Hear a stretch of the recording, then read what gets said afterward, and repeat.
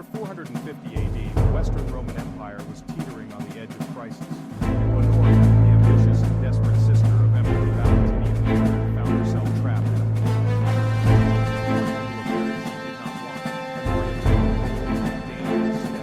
she secretly sent a ring to Attila the Hun, the most feared ruler of her time, hoping he would rescue her from her fate.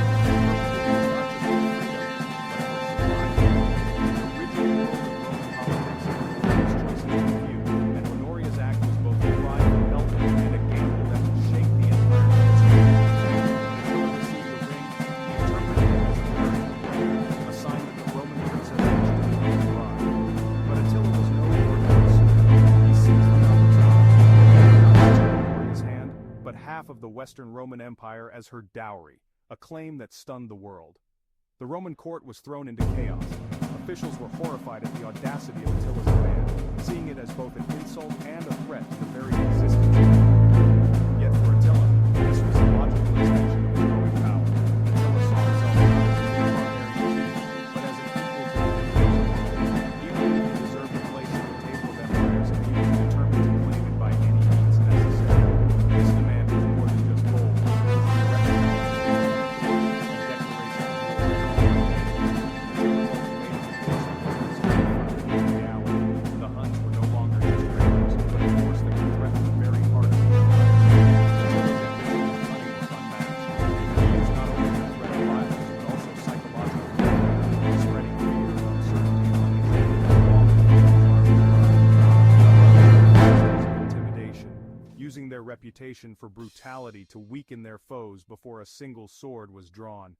Attila understood that fear could be as powerful as any weapon.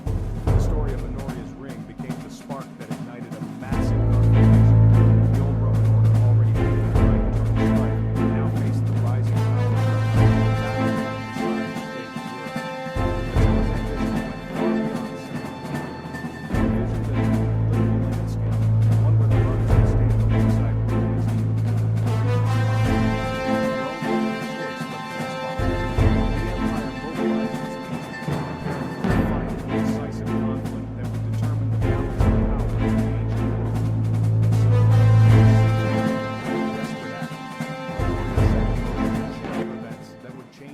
Of history forever.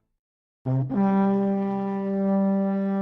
Huns left no cities or written records, only fear and confusion in their wake. Emerging from the Central Asian steppes, they were master horsemen and archers, terrifyingly alien to the Romans. Many believe they descended from the Xiongnu, migrating west and absorbing other tribes. Their society was built for war and mobility, making them unstoppable on the battlefield. The Huns' hit-and-run tactics rendered Roman and Gothic armies helpless. As they conquered, their army grew into a multi-ethnic war machine, united by fear and the promise of plunder. By Attila's rise, the Huns were a confederation of peoples, not just a single tribe. Attila rose to power in the 430s, emerging from the vast Eurasian steppes at a time when the world was in turmoil. The Roman Empire was fractured, and the old order was crumbling. Into this chaos stepped Attila, a man whose ambition and vision would reshape the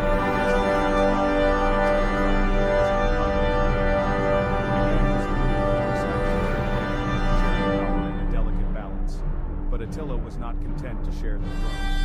In a move shrouded in suspicion and violence, he seized sole control, likely through the murder of Bleda, proving early on that he would let nothing stand in his way.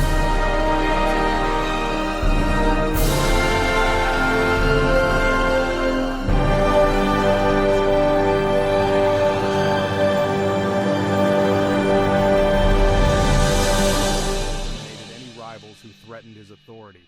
Under his leadership, the Huns became a disciplined force, united by fear and loyalty. Attila was more than a fearsome warrior. He was a master strategist and a shrewd politician. He understood the power of diplomacy and intrigue, exploiting the deep divisions within the Roman Empire to his advantage. He played Roman factions against each other, extracting tribute and concessions with calculated precision.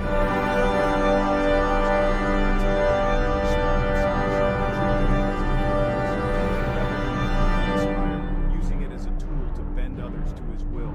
Under Attila's command, the Huns were no longer just a nuisance on Rome's borders. They became an existential threat, capable of striking terror into the heart of the empire itself.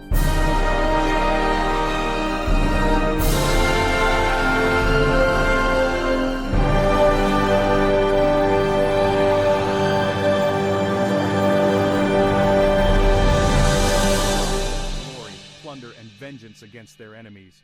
His relentless ambition drove the Huns to the very height of their power, pushing them further and harder than any leader before him. Victories on the battlefield only fueled his legend, and his people followed him with unwavering devotion. Attila was no longer just a barbarian king. He was building an empire to rival Rome itself. His vision extended beyond mere conquest. He sought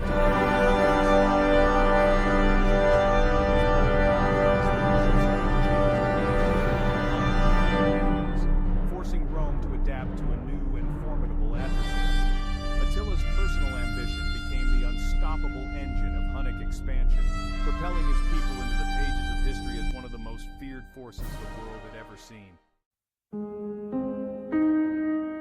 Attila's empire stretched from the Urals to the Rhine, ruling over countless tribes by fear and force. His campaigns devastated the Balkans, leaving cities in ruins and populations desolated. The Eastern Roman Empire paid enormous tributes just to keep them at trading their treasure. Attila's economic warfare was as destructive as his armies. He claimed the sword of Mars, using it as propaganda to present himself as divinely sanctioned. Romans saw him as a supernatural threat, a scourge of God. His empire was built on terror, paralyzing enemies before battle even began. Attila's domination was psychological as much as military. He lived through fear, and that fear was his greatest weapon. In the year 451, the fate of Western Europe hung in the balance. Attila the Hun, known as the Scourge of God, swept into Gaul at the head of a massive multi-ethnic army. His forces were a terrifying blend of Huns, Ostrogoths, Alans, and other tribes, united by fear and ambition. As they advanced, their thunderous march sent shockwaves across the continent, striking terror into the hearts of all who were there. Attila's army razed cities to the ground, leaving behind smoldering ruins and shattered lives. Capturing its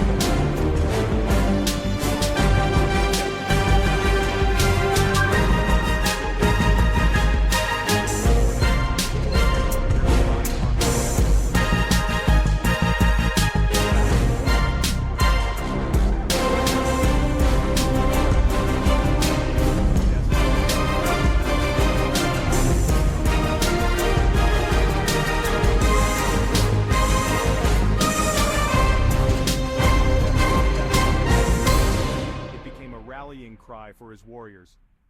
Driven by grief and rage, the Visigoths surged forward with renewed fury, determined to avenge their fallen leader and turn the tide of battle. Under this relentless assault, Attila's forces began to falter. The Huns, once thought invincible, were pushed back, their aura of terror shattered for the first time. The battle proved that even the mightiest invader could be resisted if old enemies found the courage to unite. The alliance of Romans, Visigoths, and others had achieved the impossible. Yet they were became a terrible foe. Both sides suffered massive losses. The army battle